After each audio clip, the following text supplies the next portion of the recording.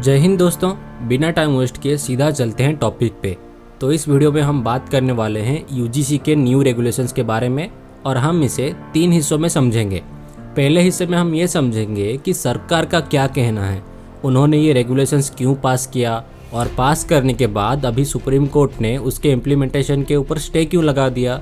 इन सारी चीज़ों पे सरकार का क्या कहना है। फिर दूसरे हिस्से में हम ये समझेंगे कि लोग इसे 2011 के कम्युनल वायलेंस बिल के साथ क्यों कंपेयर कर रहे हैं। और तीसरे और सबसे ज़रूरी हिस्से में हम ये समझेंगे कि असल में इस यूजीसी रेगुलेशन के मुखौटे के पीछे क्या सच्चाई है।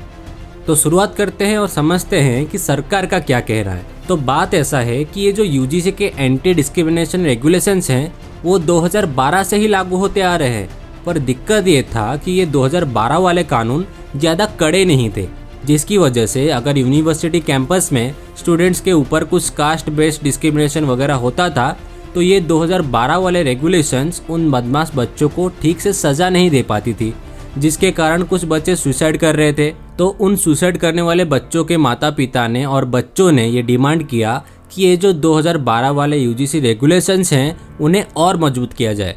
और अभी 2025 में सुप्रीम कोर्ट ने यूजीसी से कहा कि हाँ भाई, बनाओ नए नियम। और फिर सेंट्रल गवर्नमेंट से अप्रूवल मिलने के बाद 13 जनवरी 2026 को यूजीसी ने नए नियम लागू किए। पर दिक्कत ये हुआ कि इन नए रेगुलेशंस में बहुत गड़बड़ी थी, और सबसे बड़ी गड़बड़ी ये है कि ये नया रेगुलेशन ये अज्यूम करता है कि जब भी कैंपस में कुछ कास्ट डिस्क्रिमिनेशन होगा तो उसमें जो भी विक्टिम है वो हमेशा माइनॉरिटी कैटेगरी से ही होता है, और जुर्म करने वाला यानी कि डिस्क्रिमिनेट करने वाला हमेशा जनरल कैटेगरी का ही होता है, जो कि बिल्कुल गलत है। मतलब आप कैसे कह सकते हो कि हमेशा एक जनरल कैटेगरी का बच्चा ही जुर्म करेगा। तुम लोग कैसा नया नियम ला रहे हो जिसका गोल इक्वलिटी को प्रमोट करना है, पर तुम्हारा ये नियम सारे कैटेगरी के बच्चों को इक्वली प्रोटेक्ट ही नहीं करता। और ये एग्जैक्ट चीज़ हमें सेकेंड पार्ट में लाता है। 2011 में जब कांग्रेस लेड यूपीए गवर्नमेंट था तो उन्होंने भी एक सिमिलर बिल का प्रस्ताव रखा था, और उस बिल में भी यही सेम दिक्कत थी। ये वाला बिल भी सेम चीज़ अज्यूम करता था कि अगर सोसाइटी में कुछ इंटर कैटेगरी या इंटर रिलीजन दंगे होते हैं तो विक्टिम हमेशा माइनॉरिटी ही होता है, यानी कि मुस्लिम्स, और जुर्म करने वाला हमेशा मेजोरिटी वाला ही होता है, यानी कि हिंदूस।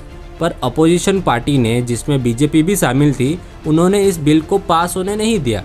पर अगर तब के टाइम में बीजेपी ऐसे रूल्स के खिलाफ थी तो अब क्यों खुद ऐसे रूल्स अप्रूव कर रही है।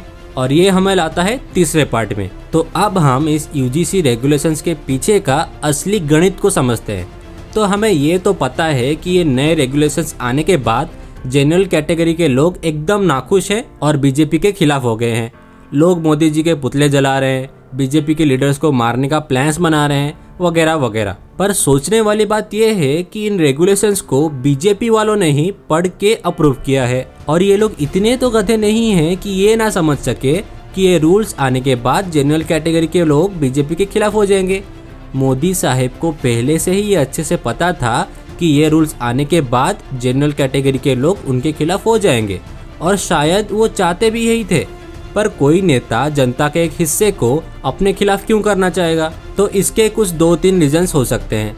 कुछ लोग ये कह रहे हैं कि अगले साल यूपी में इलेक्शंस आ रहे हैं, तो यूपी के एससी, एसटी और ओबीसी कैटेगरी के लोगों को खुश करने के लिए ये नए कानून लाए गए हैं। कुछ लोग ये कह रहे हैं कि सरकार हमें इन जातिवाद के झगड़ों में उलझाए रखना चाहती है ताकि वो हमारा ध्यान दूसरे जरूरी चीज़ों से भटका सके।